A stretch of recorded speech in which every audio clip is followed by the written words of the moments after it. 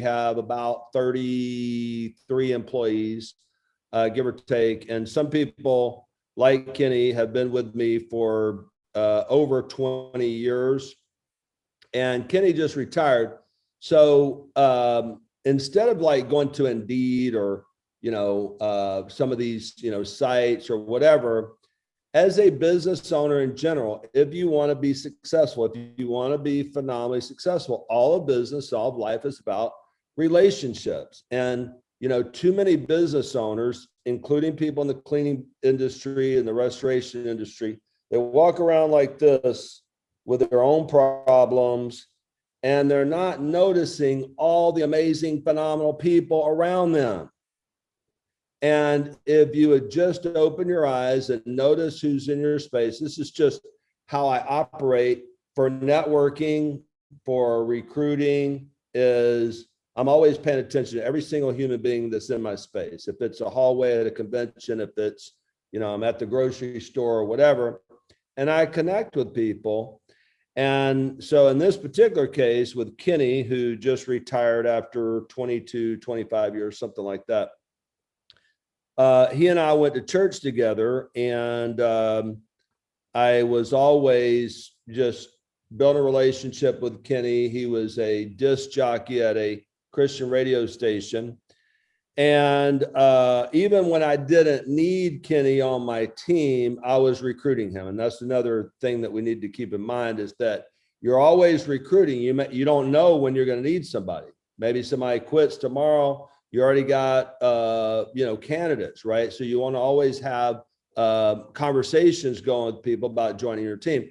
And if you're like Kenny, who's a high S personality, it's going to take him a little while to come around and make that decision. So how's it going, Kenny? They don't pay me enough, that radio station. No. You ought to come join the team. You ought to join the team. How's everything going over there? What do you think I said? I didn't even know about Phenomenal back then. Didn't even exist, but I probably said something like, it's amazing. It's going, man, we got such a great thing going. And so finally, Kenny started warming up to the idea, and I needed an inside salesperson. And who would be like the best person to read a script over the phone than a disc jockey who has that wonderful radio voice, And so he was just amazing in inside sales and customer service and everything. Well, along about 21 years ago, if I've got the math right, his daughter, who also worked for me off and on here and there, was about 17 years old. And I knew Elise. She went by Nicole when she was younger. I mean, she babysat my son at home church and everything. And she had a boyfriend named Santiago. And he said, if you're going to date my daughter, you need to have a job.